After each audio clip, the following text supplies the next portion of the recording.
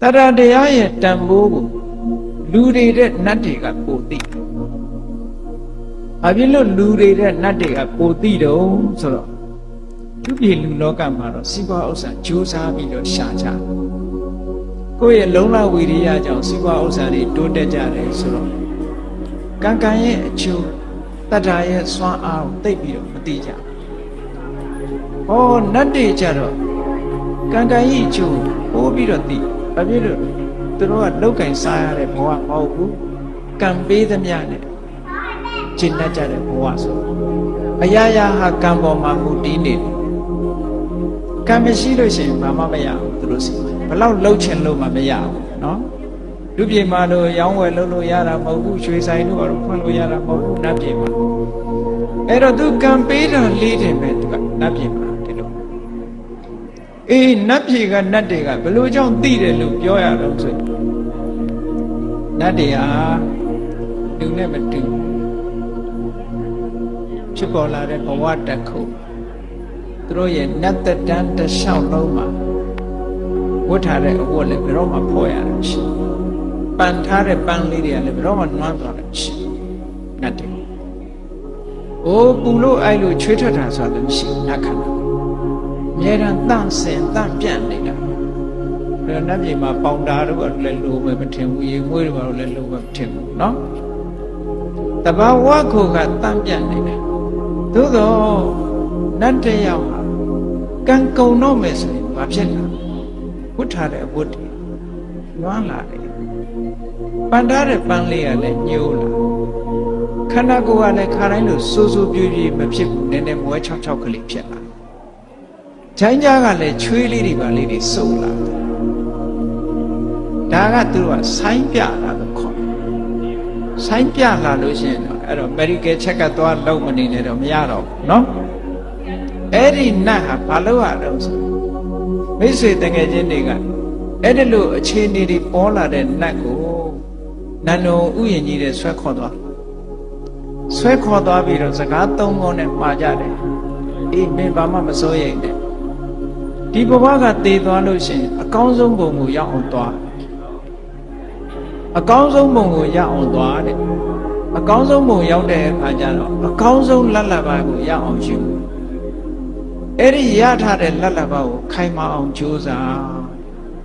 ဒီစကားသုံးခုကိုသူတို့ပြောလိုက်တယ်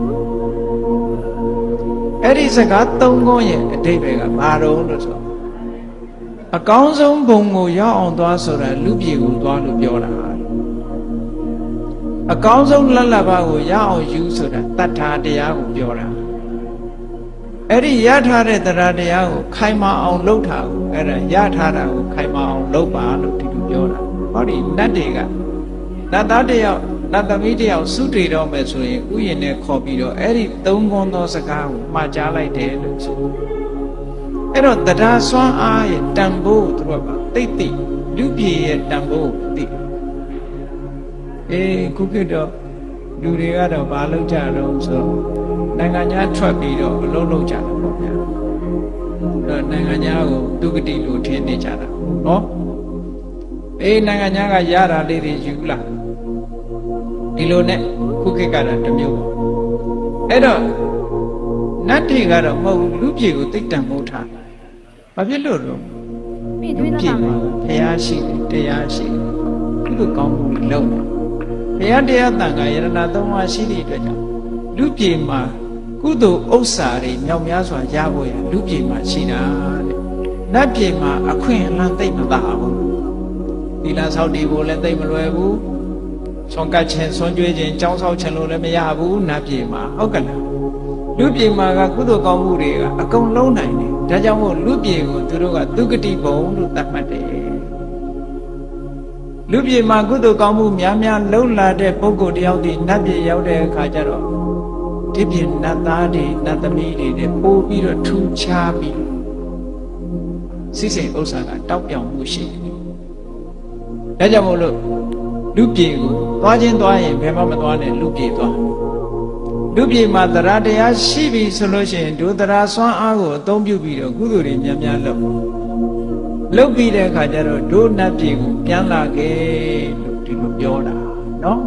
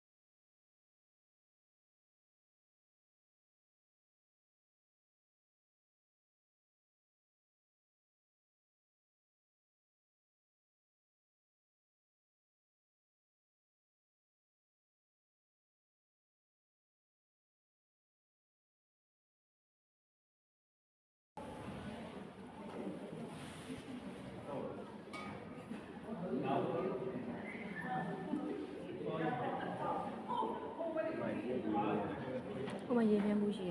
ရေဖြန်းမဲ့ခဲတော့မောင်လေးဆရာတော်ကြီးကြွားတော့ဟဲ့6ကြီးနဲ့သူများတက်ဖို့ရတဲ့နေအောင် နေမှာ တွား6ကြီးနဲ့နေ ဘာလို့မရှိဘူးခွေးစီ ကောင်းတယ်ရှင်အေးဘဝ